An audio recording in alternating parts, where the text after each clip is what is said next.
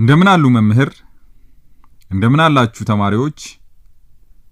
ደህና ናችሁ? መልካም። ተማሪዎች ባለፈው የትምህርት በሬዲዮ ክፍለ ጊዜ ስለምን እንደተማራችሁ ታስታውሳላችሁ? እስኪ የምታስታውሱትን ለክፍል መምህራችሁ እጃችሁን በማውጣት ተናገሩ። መምህር እባክዎ የተማሪዎችን መልስ ይቀበሏቸው። አመሰግናለሁ መምህር። ተማሪዎች ባለፈው ክፍለ ጊዜ የተማርነው ፈሊጣዊ አነጋገርና ምሳሌያዊ አነጋገር ነው ብላችሁ ከመለሳችሁ ትክክል ብላችኋል። ተማሪዎች እስቲ ስለ ፈሊጣዊ አነጋገርና ምሳሌያዊ አነጋገር ባለፈው ክፍለ ጊዜ የተማራችሁትን በማስታወስ እጅ በማውጣት ለክፍል መምህራችሁ ተናገሩ። እባክዎ መምህር የተማሪዎችን መልስ ይቀበሏቸው። አመሰግናለሁ መምህር። ተማሪዎች መልሳችሁን ለመምህራችሁ ተናገራችሁ? በጣም ጥሩ። ፈሊጣዊ አነጋገር ማለት ቃላትን በልዩ ልዩ ዘዴ የሚጠቀም ሲሆን ቃላት ቀድሞ ከነበራቸው ፍቺ ሰፋ ያለ ሐሳብ በሚሰጥ መልኩ አንድ ቃል ከሌላው ቃል ጋር ተቀናጅቶ የሚቀርብበት መንገድ ነው። ምሳሌያዊ አነጋገር ደግሞ ከሰው ልጅ የዕለት ተዕለት ሕይወት ጋር ቁርኝት ያለው ሲሆን መፈጠሪያ አውዱም የማህበረሰቡ ዕለታዊ ገጠመኝ ማለትም አስተሳሰብና አመለካከቱን፣ ትዝብቱን፣ ሙገሳውን፣ ወቀሳውን በእያንዳንዱ ክንዋኔዎች ላይ አስተያየት የሚሰጥበት እጥር ምጥን ያለ የሐሳብ መግለጫ ነው በማለት ከመለሳችሁ ትክክል ናችሁ። ተማሪዎች በዛሬው የትምህርት በሬዲዮ ዝግጅታችን ደግሞ የቃላት ተመሳሳይና ተቃራኒ ፍቺን ትማራላችሁ። ተማሪዎች የቃላት ተመሳሳይና ተቃራኒ ፍቺ ማለት ምን ማለት ነው? እስኪ ለመምህራችሁ የምታውቁትን እጅ በማውጣት ምላሻችሁን ተናገሩ። እባክዎ መምህር የተማሪዎችን መልስ ይቀበሉ። አመሰግናለሁ መምህር። ተማሪዎች የምታውቁትን ሞከራችሁ? ጎበዞች። የቃላት ተመሳሳይ ፍቺ ማለት መጀመሪያ የቀረበውን ቃል ተክተው መግባት የሚችሉና የፍቺ ለውጥ የማያስከትሉ ቃላት ተመሳሳይ ፍቺ ናቸው። የቃላት ተቃራኒ ፍቺ ማለት ደግሞ መጀመሪያ የቀረበውን ቃል ተክተው ወይም ወክለው ሲገቡ የትርጉም ወይም የፍቺ ለውጥ የሚያስከትሉ ከሆነ የቃላት ተቃራኒ ፍቺ ይባላሉ። ተማሪዎች እስኪ ከዚህ ቀጥሎ የሚቀርቡትን ምሳሌዎች በጥሞና ተከታተሉ። ልብስ ሰፊው የአልማዝን ቀሚስ በልኳ አስተካክሎ ከመስፋት ይልቅ አዛንፎ ሰፋላት። በዚህ አረፍተ ነገር ውስጥ አስተካክሎ ለሚለው ቃል ተቃራኒ ሆኖ የቀረበው ቃል አዛንፎ የሚል ነው። ተማሪዎች እስቲ ተጨማሪ ሌላ ምሳሌ ደግሞ ላቅርብላችሁ። ልጅቱ መልኳ ውብ ነው፣ ይሁን እንጂ የሰውነት አቋሟ ጥሩ አይደለም። በዚህ አረፍተ ነገር ውስጥ ውብ ለሚለው ቃል ጥሩ አይደለም በሚል ፍቺ ተተክቷል። ተማሪዎች እስካሁን የተመለከትናቸው ምሳሌዎች በተቃራኒ ቃላት የገቡ ነበሩ።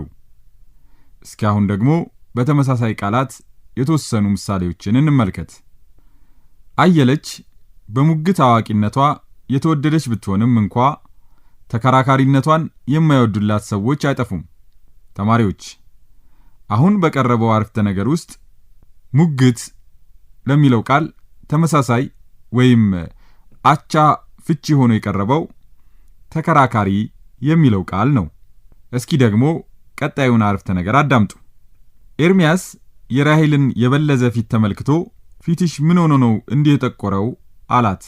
በዚህ አረፍተ ነገር ውስጥ የበለዘ ለሚለው ቃል የጠቆረ ከሚለው ቃል ተመሳሳይ ፍቺ በመሆን ያገለግላል። ተማሪዎች እስካሁን የቀረቡላችሁ ቃላት በአረፍተ ነገር ውስጥ ሲገቡ የአረፍተ ነገሩ ዋና ሐሳብ ለያዘው ቃል ተመሳሳይና ተቃራኒ ፍቺ በምን አይነት መልኩ መስጠት እንደሚቻል በጥቂቱም ቢሆን ለማሳየት ተሞክሯል። አሁን ደግሞ የተወሰኑ ጥያቄዎችን አቀርብላችኋለሁ።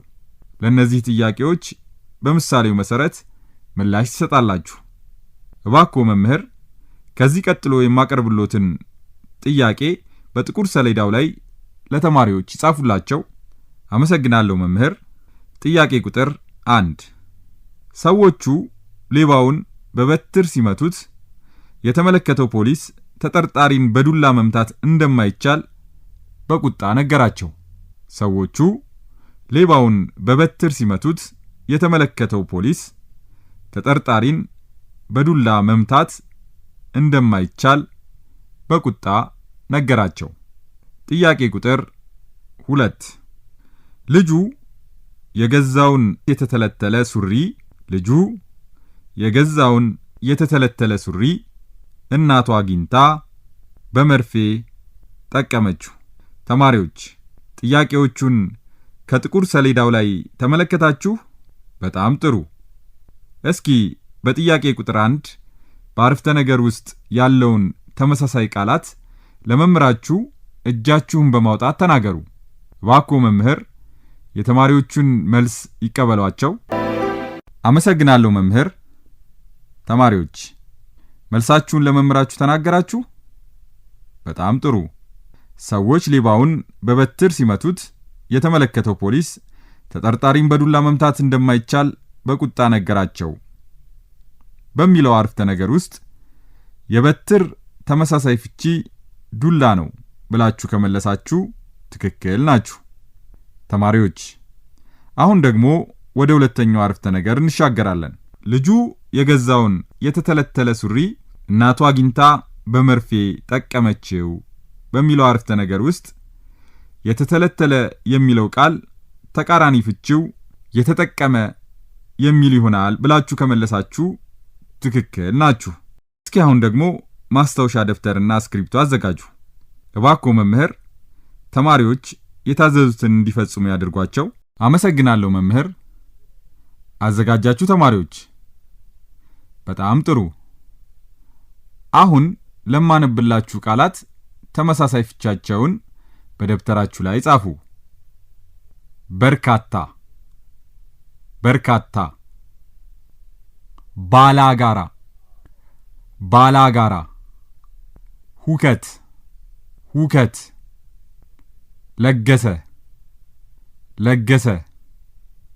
መስክ፣ መስክ። ማጀት፣ ማጀት። ሸመተ፣ ሸመተ። ተማሪዎች ለቃላቱ ተመሳሳይ ፍቺ ሰጣችሁ? መልካም። በርካታ ለሚለው ብዙ፣ ባላጋራ ለሚለው ጠላት፣ ሁከት ለሚለው ደግሞ ብጥብጥ፣ ለገሰ ለሚለው ቸረ፣ መስክ ለሚለው ሜዳ፣ ማጀት ለሚለው ጓዳ እና ሸመተ ለሚለው ቃል ደግሞ ገዛ ብላችሁ ከመለሳችሁ ትክክል ናችሁ። አሁን ደግሞ ተቃራኒ ፍቺ የምትፈልጉላቸውን ቃላት ትጽፋላችሁ። ተማሪዎች ለመጻፍ ተዘጋጃችሁ? መልካም። ልባም፣ ልባም። ቀነሰ፣ ቀነሰ። ቸረ፣ ቸረ። አቀረቀረ፣ አቀረቀረ። ደጋ፣ ደጋ። ከፍታ፣ ከፍታ። ተማሪዎች የእነዚህን ቃላት ተቃራኒ ፍቺ ለመምህራችሁ ተናገሩ። እባክዎ መምህር የተማሪዎችን ምላሽ ይቀበሏቸው። አመሰግናለሁ መምህር።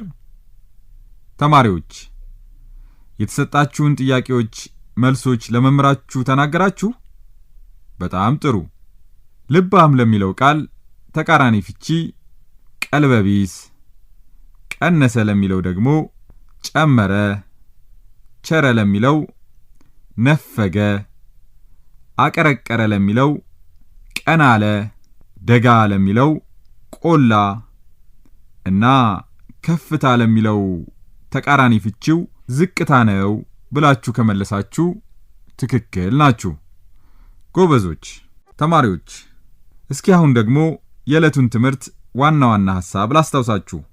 የቃላት ተመሳሳይ ፍቺ ማለት መጀመሪያ የቀረበውን ቃል ተክተው መግባት የሚችሉና የፍቺ ለውጥ የማያስከትሉ ቃላት ከሆኑ ተመሳሳይ ፍቺ መሆናቸውን፣ የቃላት ተቃራኒ ፍቺ ማለት ደግሞ መጀመሪያ የቀረበው ቃል ተክተው ወይም ወክለው ሲገቡ የትርጉም ወይም የፍቺ ለውጥ የሚያስከትሉ ከሆነ የቃላት ተቃራኒ ፍቺ እንደሚባል ተምራችኋል። ተማሪዎች እስኪ አሁን ደግሞ ጥያቄዎችን ልጠይቃችሁ። መልሱን ለመምህራችሁ እጅ በማውጣት ተናገሩ። እባክዎን መምህር የተማሪዎችን ምላሽ ይቀበሏቸው። አመሰግናለሁ መምህር። ጥያቄ ቁጥር 1 እነከበደ ወደ እርሻ ለመሄድ ማልደው ተነሱ። እነከበደ ወደ እርሻ ለመሄድ ማልደው ተነሱ። ማልደው ለሚለው ቃል ተመሳሳይ ፍቺ የሚሰጠው የቱ ነው? ሀ አርፍደው፣ ለ በጠዋት፣ ሐመሩሃ አምሽተው፣ መ እኩለ ቀን። ተማሪዎች መልሱ ሐመሩሃ በጠዋት ነው ብላችሁ ከመለሳችሁ ትክክል ናችሁ። ጥያቄ ቁጥር 2 ልጁ ጥፋት በማጥፋቱ ተቀጣ። ልጁ ጥፋት በማጥፋቱ ተቀጣ። ቅጣት ለሚለው ቃል ተቃራኒ ፍቺ የሚሆነው የቱ ነው? ሀ ውርደት፣ ለ ክብር፣ ሐመሩሃ ዱብዳ፣ መ ሽንፈት። መልሱ ለ ክብር ነው ብላችሁ ከመለሳችሁ ትክክል ናችሁ። ጥያቄ ቁጥር 3 ጉቦ ለሚለው ቃል ተመሳሳይ ፍቺ ሊሰጥ የሚችለው ቃል የቱ ነው? ጉቦ ለሚለው ቃል ተመሳሳይ ፍቺ ሊሰጥ የሚችለው ቃል የቱ ነው? ሀ መማለጃ፣ ለ በረከት፣ ሐመሩሃ ተአምር፣ መ ሀብታም። ተማሪዎች መልሱ ሀ መማለጃ ነው ብላችሁ ከመለሳችሁ ትክክል ናችሁ። ጥያቄ ቁጥር 4 ዓለሙ ገንዘብ ቆጣቢ ነው። ቆጣቢ ለሚለው ቃል ተቃራኒ ፍቺው የቱ ነው? ሀ ዝርክርክ፣ ለ ንፉግ፣ ሐመሩሃ አባካኝ፣ መ ቸር።